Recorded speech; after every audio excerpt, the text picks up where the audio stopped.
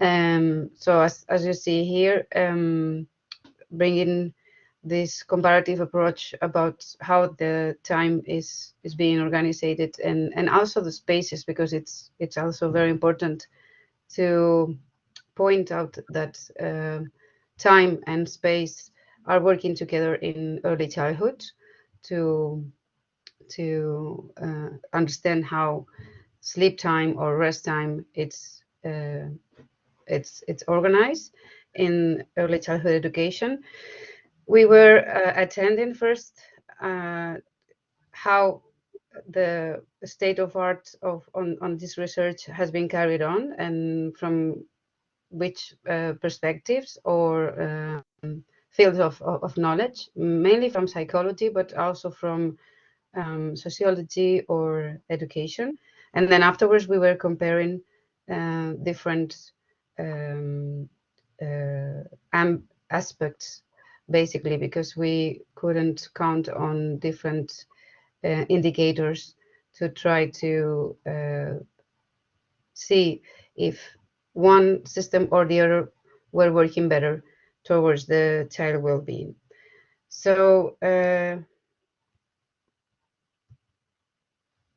yes, the state of art, we were concluding somehow that this space and time, because as I said before, if there's no space, there's no time for resting and for sleeping during the times dedicated to early childhood education, that were very, very important during early childhood and for the young children, and how those times and the possibility to sleep or not are affecting very heavily, not only to the possibilities of education or the learning opportunities of children, but also to the rest of their well-being.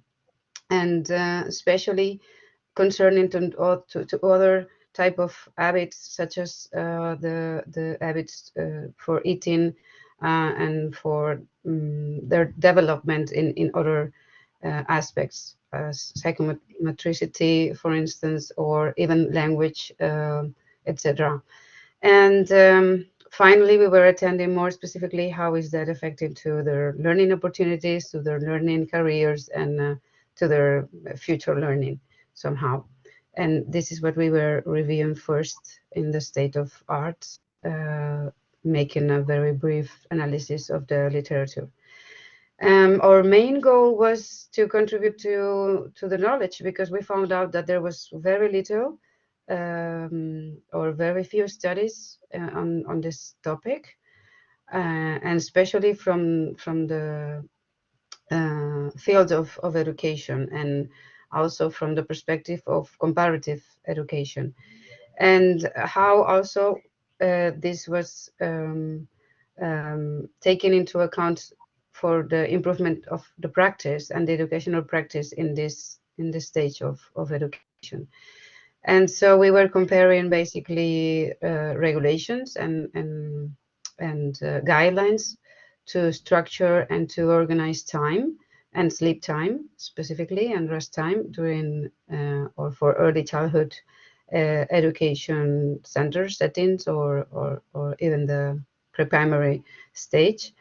And after having a look to that, not only in Spain and Sweden, but also in the European Union, and trying to have a broader approach, we were emphasizing the study in the cases of Spain and Sweden, to try to compare them.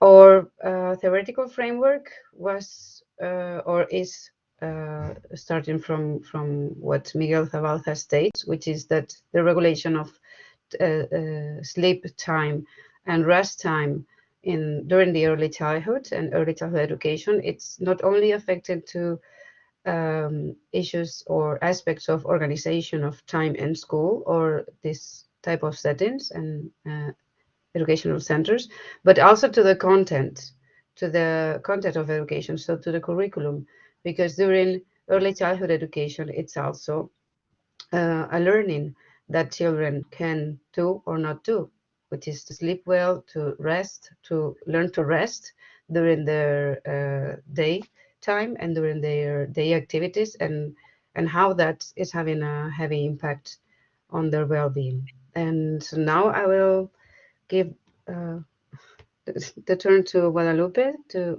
finish to explain a bit more of the study, and afterwards you can also ask to the two of us. Guadalupe, would you like to continue? Yes, yes, please change the. Yes. Yes. The methodology, we start from the idea that Sweden and Spain has two different welfare systems. And agree with Sandra that explained the context that in society context, social context that result in different practice. We can see the same. Our hypotheses were the same. In Sweden, we have very strong involvement of the state. Now less during the last 30 years because the neoliberal policy was implemented since the 80s. But the state, we have a long tradition for the state involvement in preschools, early education. So it's another complete welfare systems in relation to Spain. Then the family take more place in the care of the children during the day. So this was the starting. We have two different welfare systems. And the other is we start from the idea that the focus of our investigation is how a long play take the time for sleep and to rest at the pre-primary school. In which places this take place? Which professional educator take care of this time, or which activities they do during this time? Please, can you change? And it was, I said before, the starting point is that different welfare system must have some impact in the way that we plan, organize both the content and the organization of the time for sleep and to rest in the pre-primary schools. Yes, can you change, please? Yes. And the methodology used is the analysis of legislation both in both countries, primary analysis, text analysis, and even secondary analysis of statistics of national authorities' reports and scientific research, early research too. Please, yes. And the conclusion is we state from the Sabalsa's starting point that the time for the rest and the time for the sleep in the pre-primary early education centers must be analyzed not only in relation to the organization of these activities, but even the content. What we find that in Sweden there is a long tradition to plan not only to planify it and to have national recommendation how to organize the time to rest, the time to sleep, how the time we eat, the children eat at schools, eat at the preschools, and the free time in the educational center for the children. And this is not the same in Spain. I can give some example. In Sweden, there is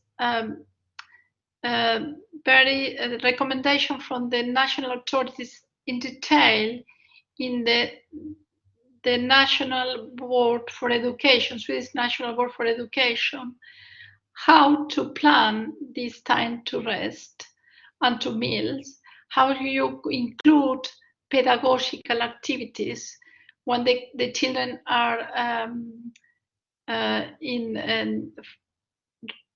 the rest time? They can listen books, they can listen music, they can do, and they can sleep with the need. And even there is a strongly recommendation that this time is planned with in agreement with the families. And even there is recommendation that this time must be planned in relation to the Convention of the Rights of the Child, and that is mean that the time must be individualized. If when children has more time to need to sleep more, though the children has the right to do this. And all this is stipulated legislation or in recommendation for the educational authorities. However, what we can see in now as the impact of the neoliberal policies that it was implemented since the end of the 80s, that there is differences in when the condition for different educational centers. And in some educational centers, the ratio teacher and children are more are different. So we have a teacher that has a lot of children and another that has less a number of children. So the possibility to make this adaptation to the children's individual needs can differ from different educational centers. But in the policy text, in the recommendation of the authorities, this is a reality in the Swedish context, but not in the Spanish context. So this is the recommendation is that the Spanish regulation must include this kind of regulation of the rest, the time of rest, the time of sleep, and even responsibility of the who has the responsibility to do, and the places that these activities will take place, and even which activities can be included. Thank you.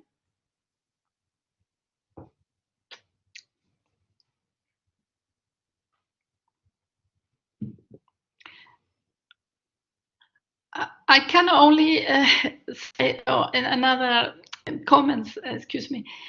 The legislation, I am policy researcher, so the legislation is not the same to have this legislation to that is functioning in the practice, but the legislation create possibilities for this practice.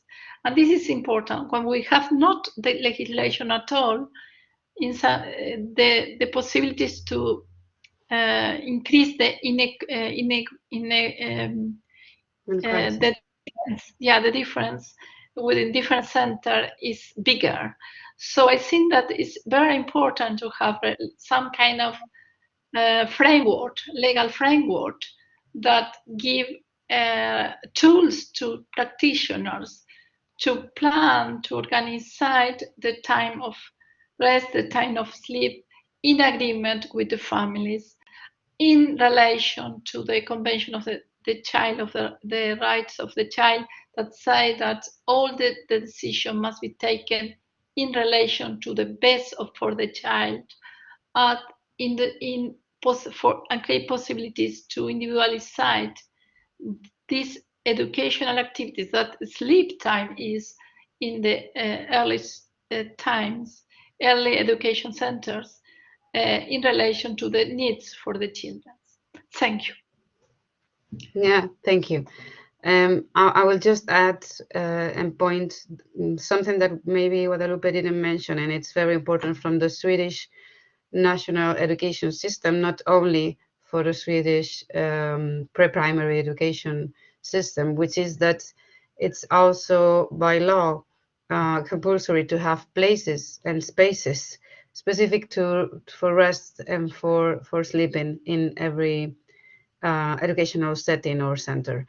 And this, of course, makes it more easy to implement what you were already saying, Guadalupe, so that the legislation or guidelines that even the national committee or board are doing to the professionals. And this is for all children once they enter into a setting when they're 2 or 3 years old until they get out of the education system, which is 18, I think, Guadalupe. So they have the possibility to rest and the right to Yes, rest and the yes, yes, space to rest yes, in any absolutely. moment they need. Yes, yes, absolutely. At the place, there is even a responsibility to plan these places. We cannot, on the responsibility, the most responsible is the school leader for this center, because Mhm. there is security even how to. So we have special legislation in relation to the places. Yes, yes. Mhm. And also another thing, and we will finish with this, is concerning the question we were making around which professionals or who are the professionals who are with children when they need to sleep or when they have needs to rest in a certain moment of their daytime in the educational settings, is that in Sweden it is always with an educator, and it can be that maybe the teacher is not there, but normally the teacher is also there in these times. And this is quite different from Spain, when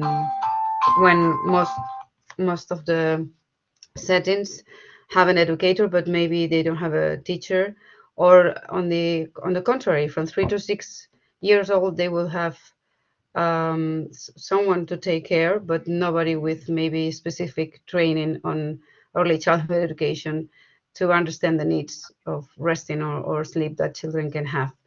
And well, we're going to leave it there because we could go into more details, but to conclude, we can say that in the end, our impression is that the well-being of children is taken much in account in the Swedish system than in the Spanish system in the end, and which is something that has been said already in previous sessions this morning by Ruben, because in the end, in Spain, in the last place, we think in the well-being of children or the opinion of children, and not in the first place when we take the decisions.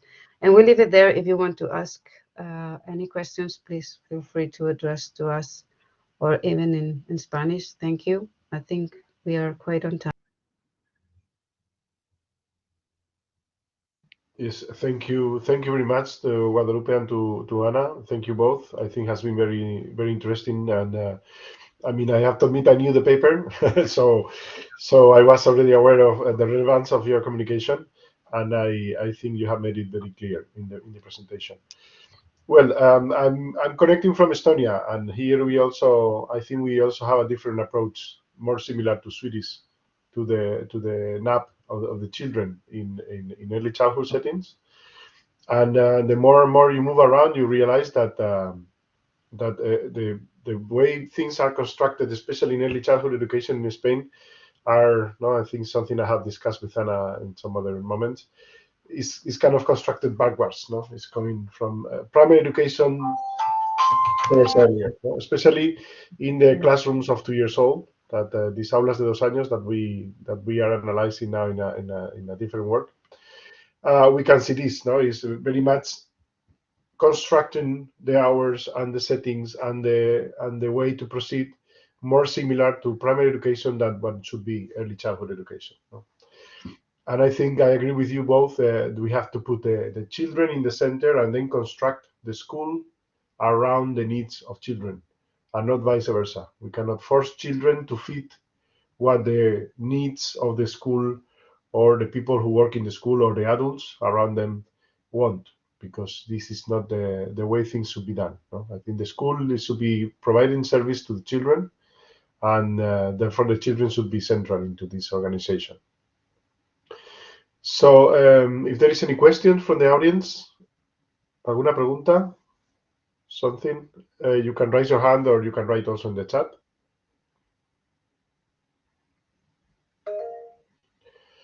Por favor, Rubén. Sí, un segundo, que se me está conectando el micro. Bueno, ¿se me oye? Ahora se te oye bien, sí, sí. Sí, es que me sale como si el micro estuviera todavía por conectarse. Bueno, muchas gracias por la exposición a ambas. Y me llama mucho la atención el estudio que hacéis comparativo de la legislación en cuanto a los derechos de la infancia y sus necesidades. Y desde luego llevo muchísimo tiempo dándole vueltas a esto, en el sentido de que firmamos una gran cantidad de convenios internacionales, aprobamos una gran cantidad de legislaciones en base a esos convenios internacionales sobre los derechos de la infancia, pero después a efectos prácticos no lo aplicamos.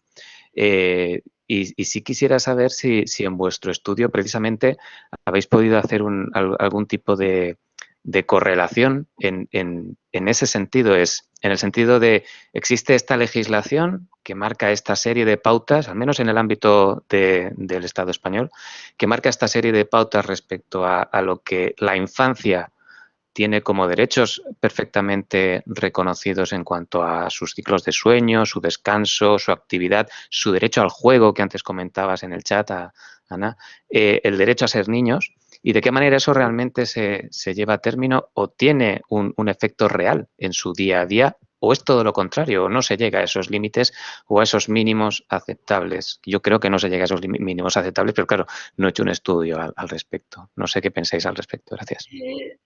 ¿En español o en inglés, como quieran? En español, ¿no, Guadalupe? Porque Bueno, ahora lo tú que si yo... quieres desde el caso de Suecia y luego si quieres contesto yo para España un Sí, poco. nosotros tenemos varios estudios del caso de Suecia con respecto a los derechos del niño. Les quiero decir que en Suecia la Convención de Derechos del Niño fue recién ley el año pasado. Con lo que vemos es que, a pesar de haber sido adoptada en el 89, ¿qué pasa? Todo sistema legal tiene un orden jerárquico. Y lo que vemos también en Suecia es que hay leyes que priman sobre la Convención de Derechos del Niño. Aparte de la Convención de Derechos del Niño, tiene derechos que son sociales, y los derechos sociales dependen de cuánto el dinero pongan los estados. Entonces, lo que estamos viendo, sobre todo no en esta investigación, pero sí en la investigación de los derechos de los niños inmigrantes, es que a pesar de la convención dice que el derecho es para todo niño que esté en el territorio, tenga papel o no tenga papel, la ley de inmigración va primero. Por eso siempre mi consejo es, cuando se analiza la política de derechos del niño, es ver cómo la intersección de las diferentes leyes. Y ver cómo ciertas leyes hacen que en la práctica no se cumpla lo que otra ley dice que tiene que ser con respecto al niño. Y en el caso de derecho del niño, y en el caso de Suecia, lo que sí vemos es que todas las leyes que se han implementado para poner en marcha la terciarización de todo tipo de servicio de la sociedad de bienestar social, y sobre todo la privatización, descentralización, ha hecho que ha creado diferencias grandes entre los diferentes centros educativos. Muy grandes, diría, en ciertos casos, y eso ha hecho que en ciertos centros de la infancia haya mayor cantidad de niños por profesor que en otros, por educadores, decimos en ese caso, y bueno, son profesores, y en otros no, o sea, hay lugares donde hay poquitos niños con mucho personal. Entonces, las posibilidades de adaptar, como dice la legislación y como son las recomendaciones de las autoridades, puede variar de contexto a contexto. Y lo que hemos visto ahora es el aumento de las desigualdades con respecto a los diferentes grupos, sobre todo los niños inmigrantes, las madres, los hogares monoparentales y sobre todo estos grupos, ¿no? Así que una cosa es la práctica, pero sí, al tener esa legislación hay más posibilidades de apelar cuando no se cumple, de exigir, de seguir. pero tengan en cuenta la jerarquía jurídica. La convención es una cosa, pero hay leyes que van encima de esa convención y que los diferentes estados la ponen en juego, que hace que los derechos del niño en la práctica no se cumplan, en muchos casos, inclusive en Suecia. En todo caso, Guadalupe, hay un detalle muy importante a matizar en el caso sueco, y es que aunque pueda haber más niños, ¿vale? Y puede haber diferencias porque en ese momento de ocuparse del sueño, del descanso de los niños, puede haber un profesional que tenga muchos más o muchos menos. En todo caso, ese profesional siempre es un profesional formado en educación infantil, con un nivel que tendría equivalente al técnico de educación infantil en España o un maestro o una maestra de educación infantil en España. Y esa es la consideración o la cuestión más importante, porque al final esto se trata de, además de las leyes, como está diciendo muy bien Guadalupe, que yo ahora un poco, a lo mejor matizo esa cuestión en el caso español, se trata de la formación, de la información y de la sensibilidad al final que pueda tener el profesional que está con el niño o con la niña. Y en el caso de España, cuando los niños están de 0 a 3 en una escuela de educación infantil, efectivamente, normalmente están con técnicos o con técnicas, con una educación y con una formación especializada y conocen esas necesidades y se adaptan mucho mejor, donde pueden tener luego otro tipo de limitaciones como puedan ser los espacios, los horarios no tanto porque se adecuan yo creo que bastante a las necesidades de los niños, pero sí a lo mejor esta cuestión de cuántos niños por personal, ¿no? Por persona encargada, pero cuando esto nos lo llevamos a los centros de educación primaria desaparece por completo. Es decir, las personas encargadas de ocuparse de los niños, si es que se contempla un momento para que descansen, que eso en el currículum sí que se contempla en nuestra ley y está recogido en el artículo, Rubén, si quieres leerlo con un poquito más de detenimiento, son personas que no tienen por qué tener ningún tipo de formación, ya ni siquiera específica en educación infantil, es que ni siquiera específica en educación, porque son las personas que están, pues a lo mejor en el comedor. Entonces, a pesar de que necesitamos, ¿no? Estos tiempos, como estábamos hablando antes, porque al final son tiempos que son también de cuidado, en estos tiempos de cuidado no estamos prestando suficiente atención a si se está respondiendo a las necesidades de los niños o no.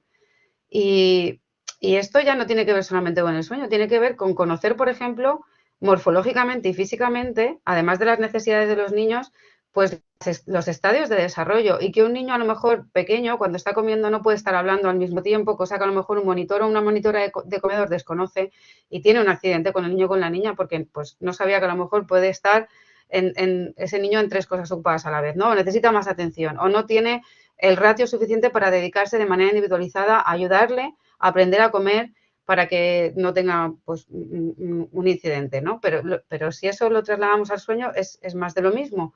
Entonces, al final, ¿qué sucede? Pues que por lo menos en cuanto al hábito alimentario hay un poquito más de sensibilidad, pero al hábito del sueño, a lo que estamos llegando es a lo que ha dicho antes Gonzalo Pin, ¿no? A tener que adaptar las infancias, adaptar las maternidades a los ritmos que llevamos. Cuando precisamente lo que necesitaríamos para tener de verdad esa perspectiva del interés superior del niño es adaptar la sociedad y el ritmo que llevamos a las necesidades de la infancia. Porque lo otro es contra natura, es decir, es estar llevando a los niños a tener que asumir unos ritmos y unos horarios, como ha dicho Rubén, por supuesto, que van contra natura y que eso tiene un impacto en términos de bienestar infantil, pero también de desarrollo y para el futuro y especialmente para el aprendizaje impresionante, que es un poco lo que hemos recogido en la literatura. Yo me gustaría decir que en el caso español hemos estado revisando el currículum hasta ahora vigente y no hemos introducido el análisis de la nueva ley. La nueva ley sí que contempla, o por lo menos menciona, ese interés superior del niño y la necesidad de tener presente la Convención de los Derechos del Niño. Ahora bien, habrá que ver cuando se desarrolle el currículum de educación infantil si efectivamente, además de incluirlo como contenido, que sí que está como contenido en 0 a 3, está como contenido de 3 a 6. Porque si no está como contenido educativo, vuelve a ser un aspecto que se deja a la parte organizativa casual que pueda tener el centro y la sensibilidad que pueda tener el centro también para ocuparse de ese tiempo y de ese espacio, ¿no? Porque conocemos también que en las escuelas de primaria, por ejemplo, ese espacio ni existe. Entonces, bueno, En España yo creo que es todavía más complejo, ¿no? Porque en Suecia es cierto que responder a esa individualización cuesta o puede costar, pero por lo menos hay unos tiempos que se respetan, que se pueden respetar, ¿no? Y que se están respetando socialmente desde un punto de vista aceptado, y unos espacios que ya están y se pueden utilizar y que los niños pueden utilizar, ¿no? Y una legislación que además está indicando que se tiene que tener en cuenta y que está poniendo el énfasis en eso, que son los aspectos que yo señalaría junto con la formación de los profesionales que están con los niños y las niñas en ese momento, los cruciales para que al final pues se tenga un poquito más en cuenta, ¿no? Ese bienestar infantil en cuestión o en este aspecto. Y ya me he extendido demasiado porque... Yo quisiera solo aclarar una cosa con respecto a España y Suecia. Suecia tiene una larga tradición de educación infantil, entre otras cosas porque la mayor parte de las mujeres trabajan. O sea que ya a partir de los años 70 hay un gran trabajo, digamos, en ese sentido. Y yo creo que el contexto de la sociedad de bienestar social hay que tenerlo en cuenta. Porque ya cuando se construyen se diseña el centro escolar, se diseña en relación que haya un lugar de sueño. Inclusive en la universidad tenemos un lugar donde uno puede descansar y retirarse a reflexionar, hasta a nivel universitario. Pero a nivel de preescolar hay una larga tradición que ha hecho que la familia deje al niño durante muchas horas, digamos, en la preescolar. Entonces hay una tradición, ya de cómo tiene que ser construido el centro educativo para que el niño descanse ahí. Inclusive hay guarderías, le decimos guarderías, hay preescolares donde el niño duerme a la noche porque los padres trabajan a la noche. Entonces hay especiales para que el niño duerma en la noche. Entonces, eso ya tiene una larga tradición donde ya el personal está preparado, donde los centros educativos se construyen a través de eso, teniendo en cuenta eso, y ya está en el currículum, ya está en la legislación. Lamentablemente, sí, la reforma neoliberal ha hecho que ha habido diferencias en diferentes lugares, pero ya viene décadas de esa tradición, y eso tiene que ver con el modelo de bienestar social, la diferencia entre Suecia y España. Es una forma también de explicarlo, y lo tenemos en el artículo de esa forma.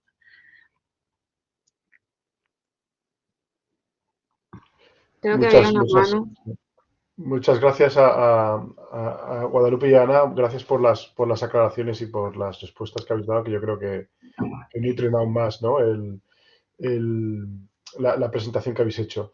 Yo no puedo estar más que de acuerdo con lo que planteáis, ¿no? Obviamente la trayectoria y el entendimiento, ¿no? del sistema educativo dentro de un complejo, ¿no? del sistema de bienestar, en el que para que nosotros Suecia siempre es un modelo, ¿no? En muchos ámbitos. Pero yo creo que hay algún mensaje interesante, ¿no? que me apetece rescatar, ¿no? que es algunas de las cuestiones que yo discuto, ¿no? cuando hablamos de la organización del tiempo y de los espacios en la escuela en España, ¿no? Y hablamos a veces del ideal, ¿no? Que también está relacionado un poco con lo que planteaba Sandra, ¿no? La idea de, no, los niños pasan demasiado tiempo en la escuela, los niños deberían estar más tiempo con las familias, y entonces la idea es que la escuela vamos a compactarla para que eso se haga una realidad, ¿no? Bueno, las cosas no funcionan así, yo creo que lo hemos estado hablando ya esta mañana. Lo que no tenemos que perder de vista es que el sistema tiene que estar preparado para, ¿no? La sociedad tiene que estar preparada para suplir a los menores aquello que necesitan. Si es vía la familia, pero cuando no lo es, como el ejemplo que ponía Guadalupe, si las familias trabajan en turno de noche, oiga usted, tiene que haber un servicio donde los niños estén atendidos en las necesidades reales que tienen. Y no, lo que no podemos hacer es a la inversa, ¿no? Es decir, bueno, yo monto un sistema escolar con una idea predeterminada de lo que es el horario ideal, ¿no? Los niños a las 2 se van a casa, comen y ya están con la familia toda la tarde, cuando eso en realidad no pasa. Y sobre eso, sobre ese ideal, yo fuerzo una organización escolar, ¿no? De horarios y de espacios. Y claro, ahora lo estamos viendo Ana y yo también en otro artículo que estamos trabajando, que es que, claro, ahora lo que pasa en España es que se vacían las escuelas, hay menos niños en edad de primaria, y entonces lo que hacemos es ir avanzando en la escolarización infantil desde la pública, pero lo que hacemos es meterlos en centros que estaban diseñados para primaria en primer lugar y para educación infantil de segundo ciclo asimilada a la primaria, porque tampoco eran centros que cuando tú comparas los centros de educación infantil de segundo ciclo en España, o por lo menos en la región nuestra, que conozco yo mejor, País Valenciano, los comparas con lo que hay en Europa, no se parecen en nada. Oiga ustedes, que no hay ni un sitio para tumbarse. Estamos hablando de que hay un sitio para hacer la asamblea, un poquito acolchado, que ni siquiera está garantizado, y poco más. No están preparados tampoco para comer en el aula, no están, digamos, bueno, replanteémonos, ¿no? Replanteémonos en serio y decididamente qué tipo de servicio socioeducativo tenemos que dar a los infantes en nuestra sociedad. Lo que no puede ser es que aceptemos cualquier cosa porque sea gratis, ¿no? Por decirlo de algún modo, porque venga dado. No oiga usted, queremos que sea gratuita, porque pensamos que es un servicio que debe ser ofrecido de manera gratuita a la ciudadanía, a los niños, pero queremos que tenga un estándar de calidad alto, ¿no? Yo creo que esa es un poco la cuestión, ¿no?